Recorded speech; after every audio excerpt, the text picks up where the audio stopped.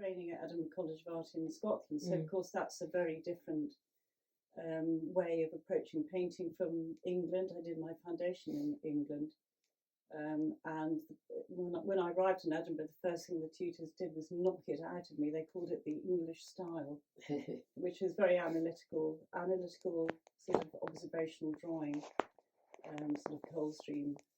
And I'm actually really glad that they beat it out of me.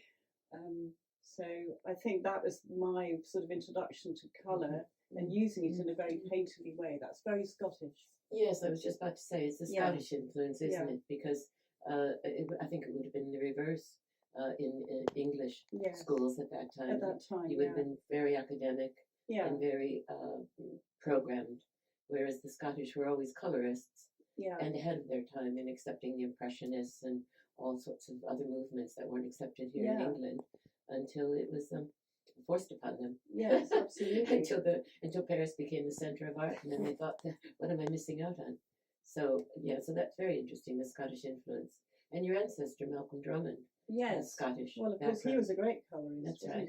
He was sort of an unusual painter within the group because Sickert had such an influence. I mean, he'd been trained by Whistler, James McNeill Whistler, so he was using the sort of Whistler palette of muted colours, which many of the Camden Town group adopted. But Malcolm was really struck by a major exhibition that happened at the Carfax Gallery in about 1912, I think it was, when the Post-Impressionists were brought across from Paris and took London by storm. Yes, and that influenced his colour palette hugely. So I didn't really know much about him for a long time. He was just somebody in the family.